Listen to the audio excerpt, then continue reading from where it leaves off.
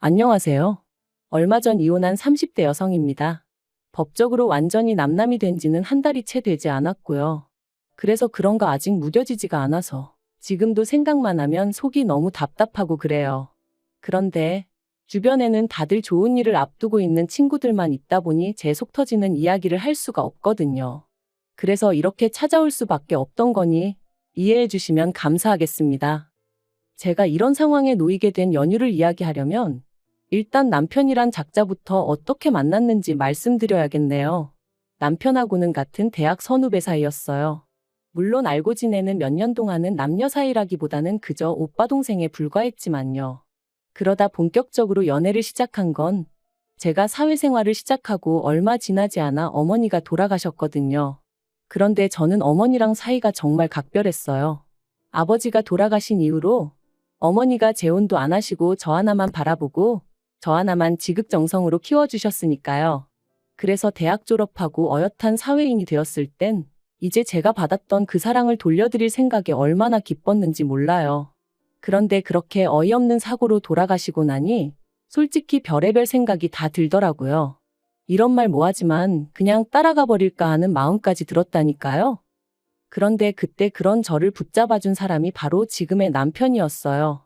지금 돌이켜 생각해보면 그렇다고 뭘 얼마나 대단한 걸 해준 건 아니었지만 아침 저녁으로 제 안부 물어주고 저 힘내라고 출근길에 저희 집 앞에 들려서 커피 들려주고 그런 세심한 챙김에 제가 많이 의지를 하게 되었던 거죠.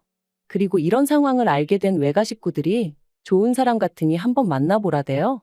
참고로 아버지 돌아가시고 어머니가 저 키우시는 동안 외가 식구들의 도움을 많이 받았어요. 외삼촌의 도움으로 어머니는 계속해서 직장 생활을 이어나가실 수 있었고, 외할머니가 건물을 어머니한테 일찍이 증여해 주신 덕분에 경제적인 곤란도 피해갈 수 있었으니까요. 그래서 외가 식구들이 남편을 좋게 평가하고 있다는 사실도 제가 남편과 교제를 결심하게 된 결정적인 이유 중 하나였답니다. 남편과는 이후로 3년을 만났는데 만나는 동안 드라마에서나 나올 듯이 격정적이고 불같은 사랑을 한 것은 아니지만 그래도 늘 한결같고 별 탈 없는 날들이었어요. 그리고 그때도 저는 제가 가장 힘들었던 시기에 남편이 제 옆에 있어줬다는 것에 대한 고마움을 간직하고 있었기에 결혼은 당연히 남편이랑 해야겠다고 생각하고 있었거든요. 그래서 남편이 결혼하자고 했을 때 고민 없이 좋다고 했고요. 그런데 시댁에 인사를 드리러 갔던 날 솔직히 저는 여러 가지로 불편한 느낌을 받았습니다. 어머님 아버님 중 그나마 아버님은 워낙 말수도 없으셨고 그래서 잘은 모르겠지만 어머님은 아니셨어요. 남편이 말하길 이미 제 가족관계라던가 제가 처한 상황에 대해서 충분히 말씀을 드렸으니 껄끄러운 이야기는 안 해도 될 거라고 했었는데 어머님께서는 마치 아무것도 모른다는 표정으로 이것저것 저희 부모님에 대해서 물으셨으니까요. 특히나 일찍이 돌아가신 아버지에 관해서 물으실 때는 저도 생각지도 못했던 질문을 자꾸 던지셨는데 그럴 때마다 제대로 대답하지 못하는 제 자신이 얼마나 한심하게 느껴지던지요. 그리고 저희 어머니가 돌아가신 사고에 대해서 자꾸 물어보시는 것도 너무 불편했어요. 특히나 보상은 어디서 어떻게 얼마나 받았는지 그런 걸 물어보시는데 얼마나 껄끄러웠는지 몰라요. 그나마 남편이 뭘 그런 것까지 물어보시냐며 중재를 해주지 않았다면 정말 눈물 콧물 흘리며 뛰쳐나올 뻔했다니까요. 어머님은 저에게 부모님이 두 분 다 안 계시니 당신 아들은 처가가 없는 거 아니냐며 사위 대접도 못 받게 생겼다 그게 생각만 해도 속이 상한다 말씀하셨고 지금 돌이켜보면 그런 말씀을 아무렇지도 않게 하셨던 어머님이 예의가 없으셨던 건데 왜인지 그때는 제가 괜히 죄송해서 몸둘 바를 모르겠더군요. 그리고 그런 분위기가 조성되면서 졸지에 남편이 손해보고 결혼한다는 식으로 분위기가 형성되었고 그렇게 얼떨결에 집도 차도 제가 해가게 되었습니다. 물론 집도 차도 전부 다 남편 이름으로 해야 된다는 어머님의 억지는 따르지 않았지만요. 아무튼 그렇게 신혼살림을 차렸고 남편과의 사이는 예전과 다를 바 없이 무난했어요. 하지만 그런 저희가 한 번씩 부딪힐 때가 있었는데 그건 바로 시댁 이야기, 돈 이야기가 나올 때였습니다. 특히나 어머님은 결혼 당시에도 말도 안 되는 혼수를 요구하셨는데 제가 들어드리지 않았거든요. 그랬더니 그때부터 걸핏하면 저희 집에 찾아오셔서는 말도 안 되는 트집을 잡기 시작하셨죠. 한 번은 제가 신혼이고 하니 좀 좋은 그릇을 써보고 싶은 욕심이 들었어요. 그래서 브랜드 그릇 세트를 장만했는데 그걸 굳이 저희 찬장을 다 열어보시다가 발견하시곤 이게 얼마짜리냐며 이런 거 남한테 보여줄 것도 아닌데 대충 쓰면 되지 돈이 썩어나서 이런 데다가 쓰냐. 또 제가 좋은 브랜드 가방이 몇 개 있었는데 그걸 어머님이 저 몰래 저희 드레스룸을 뒤지시다 발견하시곤 지는 아주 쌓아놓고 살면서 지 CM이랑 신우는 한 개를 안 사주냐며 제가 어머님과 신우 수준을 무시해서 그렇다는 억지를 쓰기도 하셨죠. 그리고는 어떻게든 제 걸 뺏어가려 하시는 걸 저도 목에 핏대 세워가며 안 된다고 막은 적도 있네요. 하지만 그래도 이때까지만 해도 또 시작이구나 하고 넘길 정도의 수준이었는데 지난 연말이었어요. 어머니가 돌아가시고 어머니 앞으로 되어 있던 건물이 저에게 왔는데 사실 말이 건물이라고 하지만 4층짜리의 소위 꼬마 빌딩이라서 제가 앉은 자리에서 떼돈을 벌고 그런 것은 아니에요.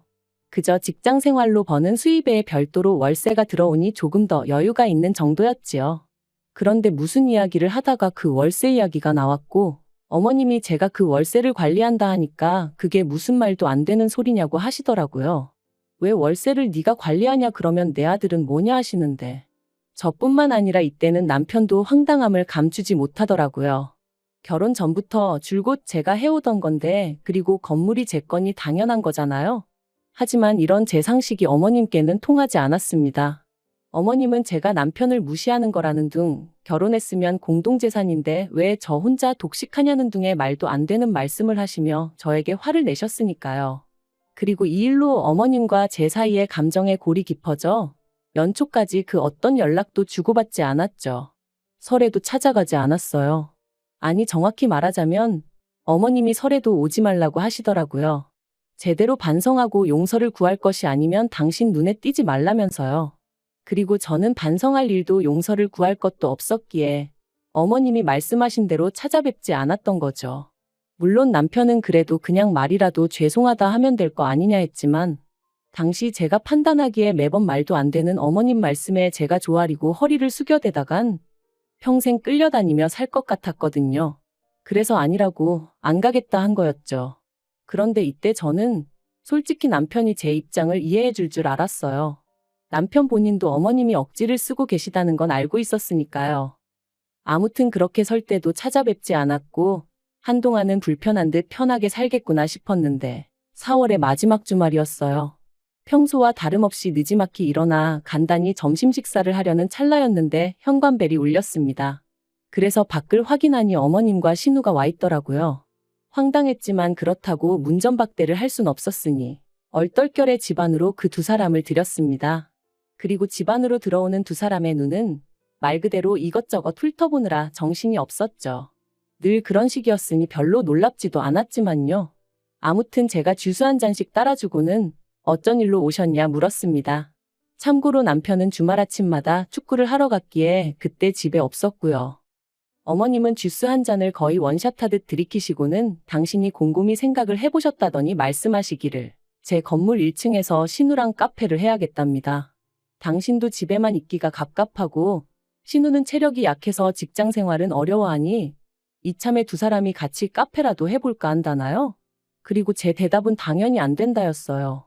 일단 제 건물에는 이미 카페가 들어와 있었고 그 카페 주인은 사촌 동생이었거든요. 그렇다고 공짜로 하고 있던 것도 아니고 월세 따박따박 내가며 하고 있었고요. 하지만 어머님이랑 신우가 그 자리를 차지한다면 단언컨대 절대로 월세를 낼 사람들이 아니었어요. 가족이니 어쩌니 해가며 그냥 눌러앉을 게 뻔했죠.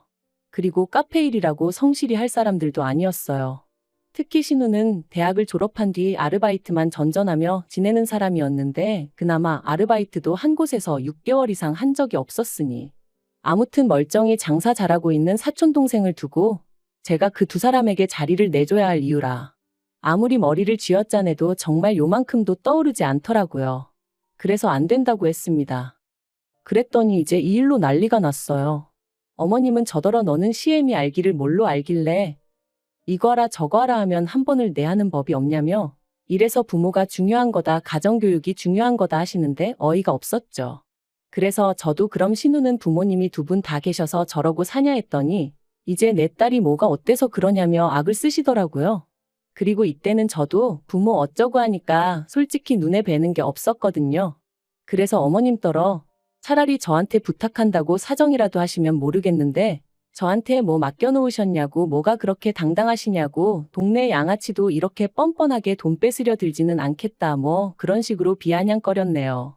사실 돈 몇 푼 가지고 유세 부리는 게 얼마나 꼴값이고 우스운 일인지 아는데 자꾸 저를 무시하고 드니까 저도 그렇게 말이 나갔던 거죠. 아무튼 그러고 나니까 어머님이 저한테 쌍욕을 퍼부으시며 신우 데리고 나가셨어요. 하지만 끝난 줄 알았던 상황은 끝이 아니었습니다. 한동안 심장이 벌렁거리고 가라앉지 않고 있었는데 생각보다 일찍 남편이 들어왔어요. 그리고는 좀 전에 어머님이랑 통화를 했다며 저더러 어머님더러 돈 없으면 납작 엎드려 기라 그랬냐는 겁니다. 어이가 없어서 당신이 아는 내가 그런 말을 할 사람이냐 그랬어요. 그랬더니 그럼 뭐 어머님이 거짓말이라도 하셨다는 거냐며 이러나 저러나 제 잘못으로 몰아갔고요. 그리고는 급기야 남편이 어머님 기분 좀 맞춰드리고 살면 안 되냐면서 어차피 저는 어머니도 안 계신데 그럼 그냥 시어머니를 어머니다 생각하고 따르면 되지 않냐고 자기 어머니 그렇게 나쁜 사람 아니네 어쩌네 하는데 정말이지 뭐라고 말을 해야 할지 모르겠던걸요. 그래서 제가 어머님은 나를 딸처럼 생각해 주시냐 물었습니다. 당신이 보기에 어머님이 신우를 대하는 거랑 나를 대하는 거랑 같아 보이냐고요.